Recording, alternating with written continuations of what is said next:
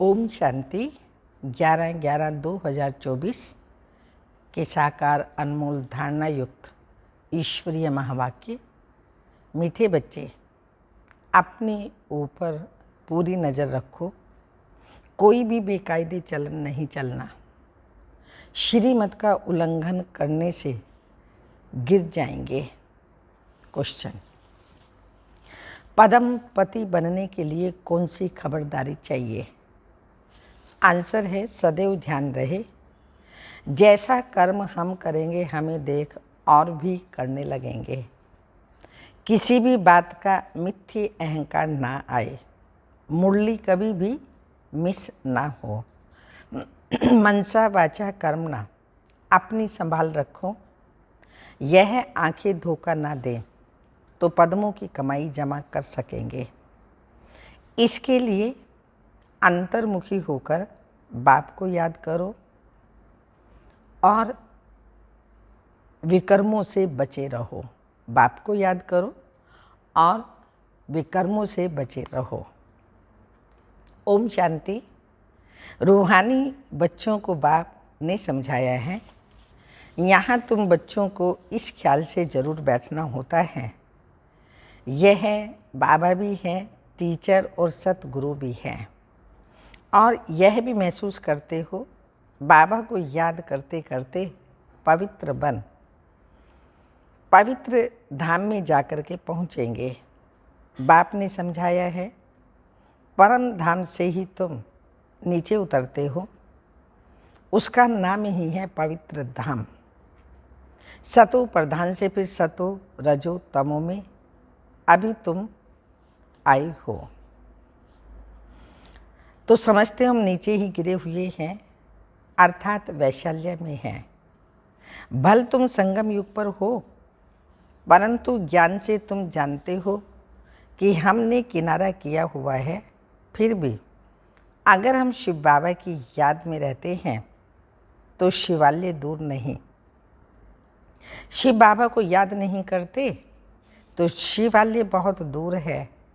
सजाएं खानी पड़ती हैं तो बहुत दूर हो जाता है।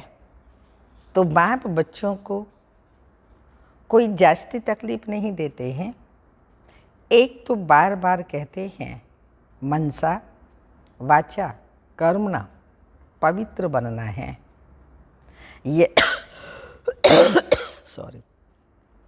यह आंखें भी बड़ा धोखा देती हैं।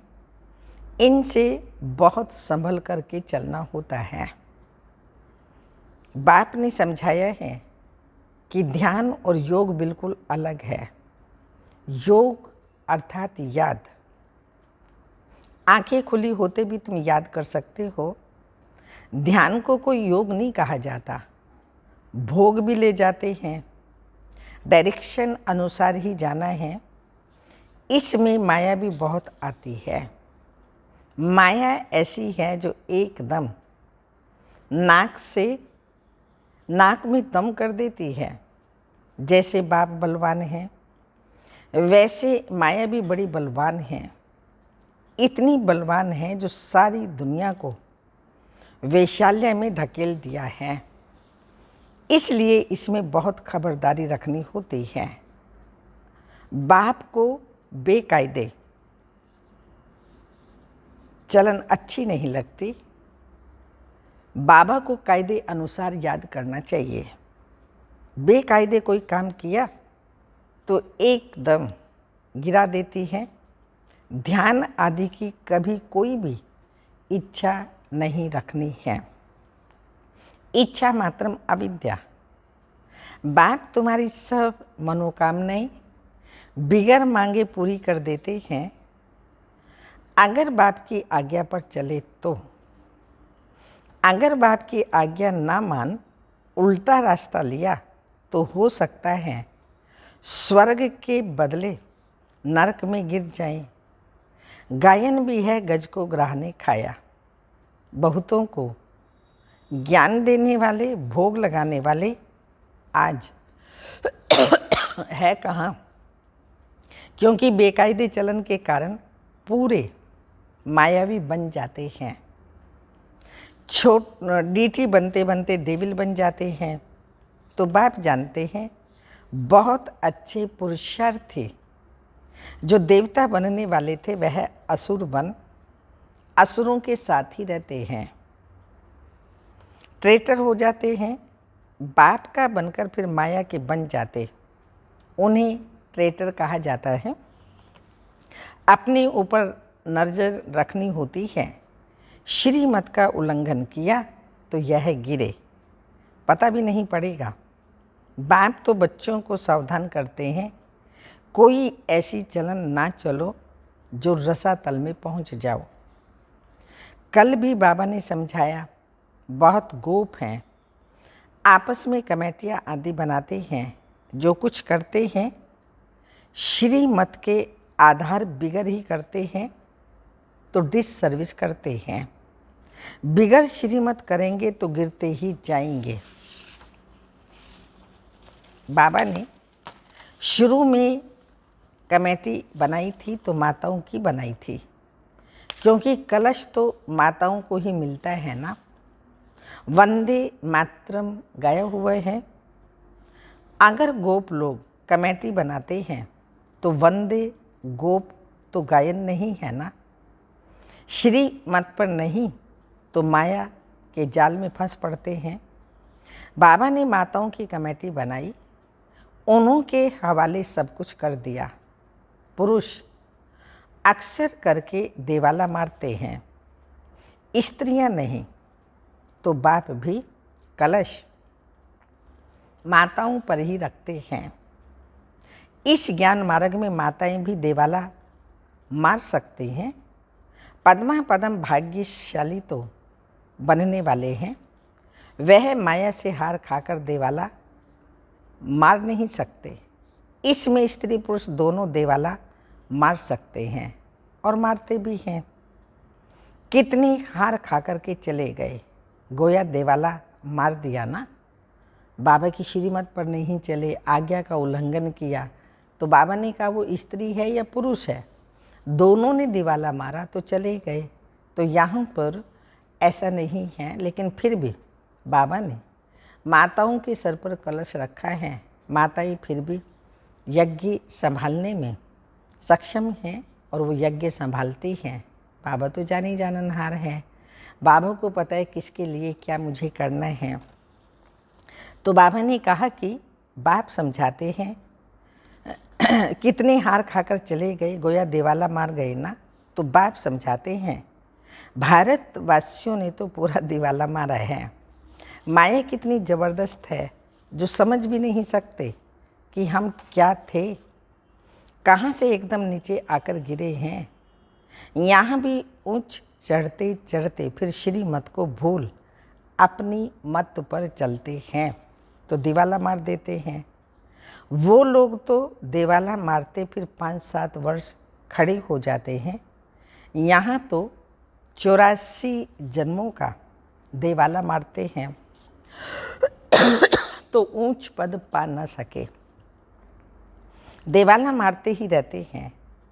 बाबा के पास फोटो होता है तो बतलाते, अगर होता तो बतलाते। तुम कहेंगे बाबा तो बिल्कुल ठीक कहते हैं, ये कितना बड़ा महारथी था, बहुतों को उठाते थे, आज है नहीं, देवाले में है। बाबा घड़ी घड़ी बच्चों को सावधान करते रहते हैं। अपनी मत पर कमेटियाँ आदि बनाना, इसमें कुछ रखा नहीं है। आपस में मिलकर झरमुई झरमुई करना, ये ऐसे करता है, फलाना ऐसा करता था, आदि आदि, सारा दिन यही करते रहते हैं। बाप से बुद्धि योग लगाने से ही सतो प्रधान बनेंगे। बाप का बने और बाप से योग नहीं तो घड़ी घड़ी गिरते रहेंगे। कनेक्शन ही टूट पड़ता है, लिंक टूट जाए तो घबराना नहीं चाहिए। माया हमें इतना तंग क्यों करती है? कोशिश कर बाप के साथ लिंक जोड़नी चाहिए, नहीं तो बैटरी चार्ज कैसे होगी? विकर्म होने से बैटरी डिस्चार्ज हो जाती है। शुरू में कितने ढेर के ढेर बाबा के आकर के बने, भट्टी में आए, फिर आज है कहाँ, गिर पड़े, क्योंकि पुरानी दुनिया याद आई, अभी बाप कहते हैं मैं तुमको बेहद का वैराग्य दिलाता हूँ। इस पुरानी दुनिया से दिल नहीं लगाओ, दिल स्वर्ग में ही लगाने हैं। अगर ऐसा लक्ष्मी नारायण बनना है तो मेहनत करनी पड़े। बुद्धि योग एक बाप के साथ होना चाहिए। पुरानी दुनिया से वैराग्य, सुख धाम और शांति धाम को याद करो। जितना हो सके उठते बैठते चलते फिरते बाप को याद करो। यह तो बिल्कुल ही सहज है। तुम यहाँ आई ही हो नर से नारायण बनने के लिए। सबको कहना है अब सतो प्रधान बनना है, क्योंकि रिटर्न जर्नी होती है। वर्ल्ड की हिस्ट्री ज्योग्राफी माना नर्क से स्वर्ग, फिर स्वर्ग से नर्क, यह चक्र फिरता रहता है। बाप ने कहा है यहाँ स्वदर्शन चक्रधारी होकर के बैठो। इसी याद में रहो कि हमने कितनी बार चक्र लगाया। अभी फिर से हम देवता बन रहे हैं। दुनिया में कोई भी इस राज को नहीं समझते। ये ज्ञान देवताओं को नहीं, वह तो हैं ही पवित्र। उनमें ज्ञान ही नहीं जो शंख बजावें, वह पवित्र हैं। उनको यह निशानी देने की दरकार नहीं। निशानी तब होती है जब दोनों इकट्ठे होते हैं। तुमको भी निशानी नहीं, क्योंकि तुम आज देवता बनते बनते कल असुर बन जाते हो।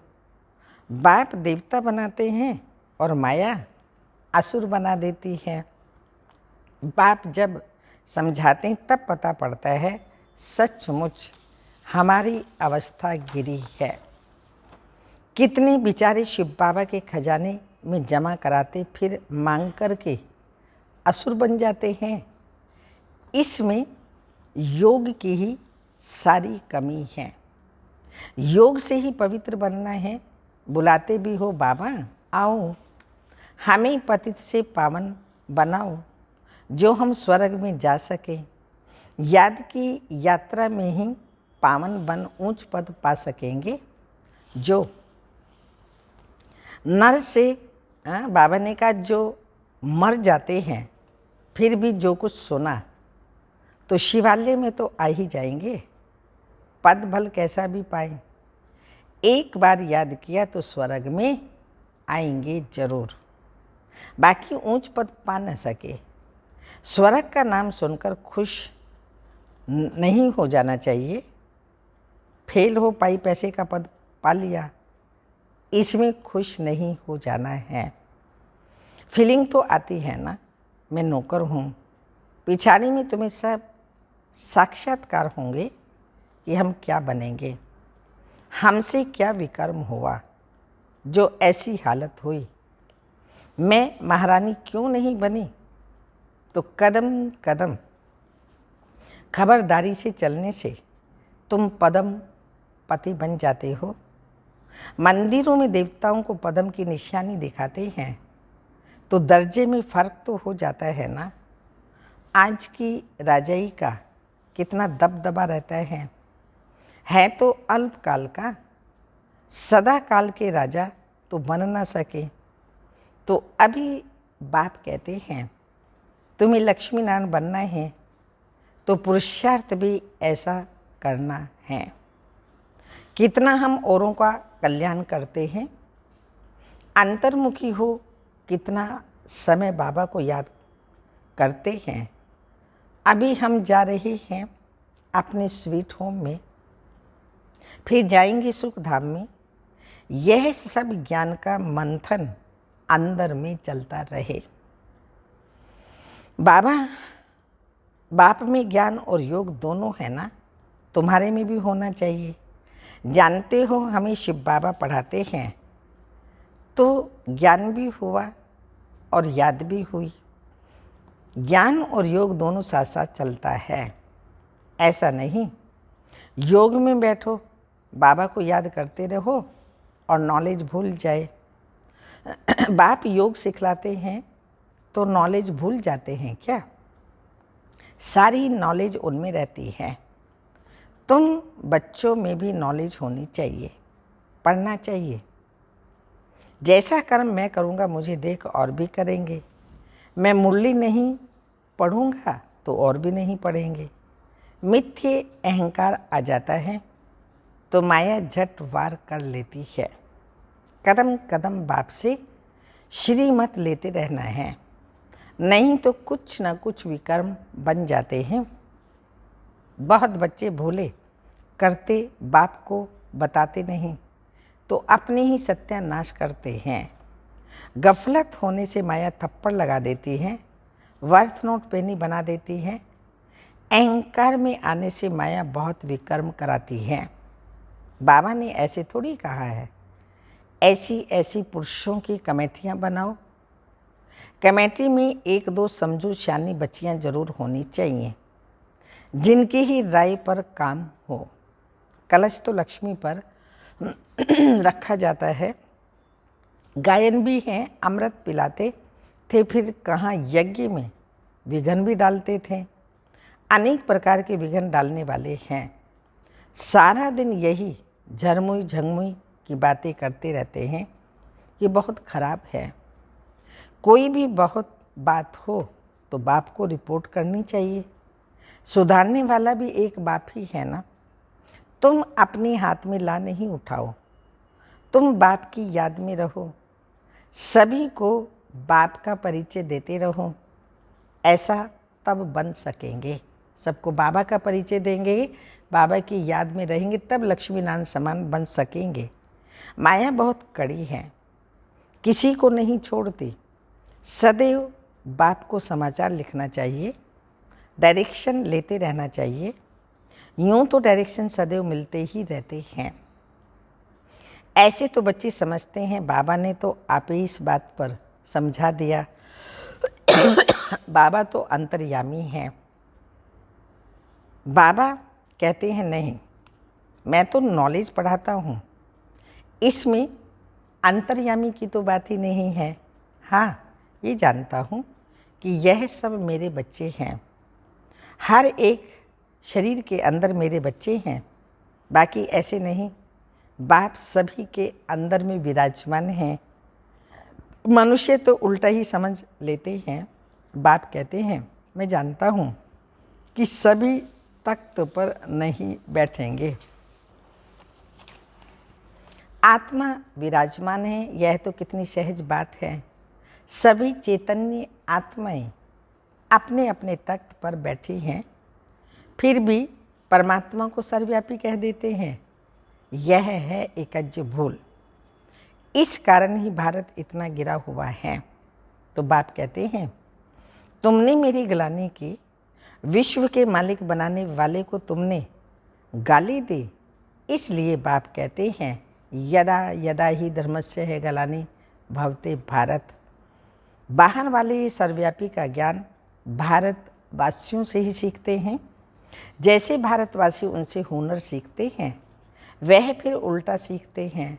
तुम्हें तो एक बाप को ही याद करना है और बाप का परिचय सबको देना है। तुम हो अंधों की लाठी, लाठी से राह बतलाते हो ना।